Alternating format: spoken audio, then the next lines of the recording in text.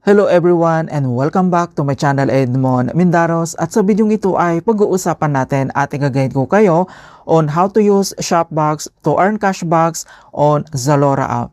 So sa mga bago lang, ang ibig sabihin ng Shopbox isa itong cashbacks at rewards platform na nagbibigay ng percentage money back kapag ikaw ay nag-shop online katulad ng Shopee, Lazada, TikTok, Shein at Zalora at marami pang iba.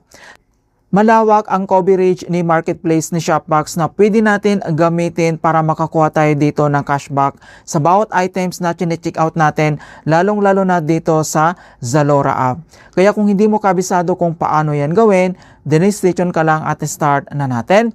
So dito naman sa paggamit ng Shopbox dito lang sa ating Zalora app, remind ko lang na huwag ka munang mag-a-add to cart dito sa Zalora app mo. So ang kailangan mo munang gawin, kailangan mo munang pumunta dito or i-open mo muna dito sa Shopbox app mo. Dahil ito muna yung pwede natin gawin dito, pinakaunang step dito. So remind ko lang din na kailangan na sa iisang device yung Zalora app mo and then yung Shopbox dahil magre-redirect po yan.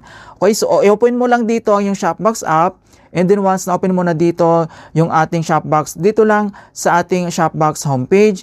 And then kailangan mo lang hanapin dito yung Zalora. Or dito naman sa baba, makikita mo dito yung categories, itap mo lang yan. And then dito lang sa categories, and then kailangan mo lang hanapin dito yung Zalora, under po siya ng passion, okay? So ang next step, kailangan mo lang itap dito yung Zalora para ma-open natin. Ayan, so once na-open na natin dito yung Zalora, and then dito naman ay mayroon details dito na 6% yung cashbacks na pwede natin makuha dito. So pwede mo naman dito, bago ka mag-proceed, kailangan mo munang basahin itong see all rates and conditions para mayroon kang informations dito. So overview, 6% cashbacks, inclusions, and then dito naman yung kanyang refunds and cancellations and no-shows, yung tracking disclaimers, other terms and conditions, cashback tips. Dito mga kaibigan, kailangan mong basahin mabuti dito bago ka mag-proceed. Mayroon naman ditong pinakamahalagang informations, you won't get cashbacks on. Kailangan mong basahin ito mga kaibigan para mayroon tayong details dito. Once nabasa mo na, and then close lang natin dito. Okay, so ang next step, mayroon din ditong tinatawag na cashbacks timeline. So bago natin ma-receive yung cashback, so kailangan mo munang basahin ito, yung first step, purchase. Then next step, track in. So 2 days yung kanyang track in. And then yung kanyang confirmations ng cashbacks ay 95 days mga kaibigan. So nandito naman details po niya. So matagal po talaga dahil kailangan i-confirm talaga. So purchase, track in, and then confirm in mga kaibigan. Kapag okay na, and then tap mo lang dito yung shop online. So ito yung sinasabi ko na magre-redirect siya sa ating Zalora app. So kailangan nasa isang device. So makita mo dito, we're tracking your cashback. So ibig sabihin, pwede mo na itong gamitin. Okay, so dito naman ay pwede ka nang mag-select dito kung anong items yung gusto mong i-check out talaga. Okay, so for example, select lang tayo dito ng items na gusto natin na i-check out. Okay, so ito yung items na yan. So dito naman sa bottom right corner, makita mo dito yung add to bag, and then itap mo lang yan. And then, kailangan mo lang itap dito yung select. Ayan. So, makikita mo dito na na-add to bag na natin. Okay, yung add to bag natin, dito mo makikita sa bottom left corner mga kaibigan. So, yung iba kasi add to cart. Mga kaibigan, ito naman sa Zalora, add to bag. Okay, so makikita mo dito yung bag natin. So, i-click mo lang yan.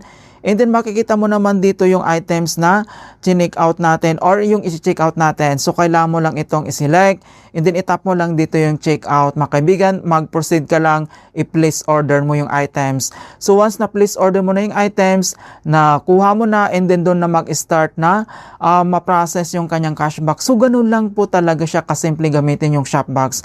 So una muna, i-open mo muna yung Shopbox, and then itap mo lang doon yung shop online, and then mariredirect ka na dito sa ating Zalora app. So wag ka munang mag-a-add to cart dito sa Zalora app mo. So ganun po yung process po niya para makakuha tayo dito ng cashbacks. Okay?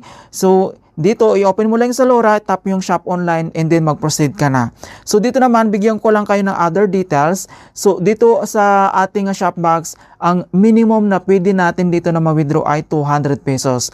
Kung ano yung makikita mo dito sa available cash box na amount, kapag nakaipon ka na dito ng 200, so pwede mo na yan i-withdraw. So ilalagay ko sa description box kung paano ba mag-withdraw dito mga kaibigan. And then, ang mga kaibigan, ang tinatawag na lifetime earnings, so ang dami kasi nagtatanong kung pwede ba ma-withdraw dito, kung ano ba yung lifetime earnings na tinatawag. So isa itong transactions activity ng ating account. So since nag-create ka ng Shopbox account, so dito mapupunta lahat yung cashbox in, cashbox out, yung withdrawal natin, yung cashbox sa mga product natin, dito mapupunta lahat. So itap mo lang dito yung see activity, dito mo na makikita kung ano ba itong lifetime earnings. So nandito yung available to withdraw, yung track subject to confirmations, and then yung na-withdraw natin, may ilalagay din dito lahat. Ayan, so kung ano lang yung ilalagay ni Shopbox doon lang sa available to withdraw or to cashbox, yun lang yung pwede natin i-withdraw. So nandito lahat yung cashbox in, cashbox out, yung ating withdrawal, and then yung mga cashbox na na-confirm na natin na dito to lahat mapupunta sa ating lifetime earnings. So ganun po yun. So hindi po ito lahat mawi-withdraw. So si Shopbox, ilalagay niya doon lang sa ating available to cashback, yung pwede natin i-withdraw dito, ganun po yun. So ganun lang po kasimple mga kaibigan kung paano gamitin yung Shopbox dito lang sa ating Zalora app. Okay, so remind ko lang, so kailangan mo munang i-open dito yung Shopbox app mo bago ka mag-proceed sa Zalora app mo. So itap mo lang yon, and then shop online, direct ka agad sa Zalora app, and then add to cart, check out, ganun lang po kasimple talaga. Alright, so ganun lang po kasimple kung paano natin gamitin ang Shopbox dito lang sa ating Zalora app. In hope na nakapagbigay ako ng konting kalaman at guide tungkol sa Shopbox app tutorials. Thank you guys, and see you in my next tutorials.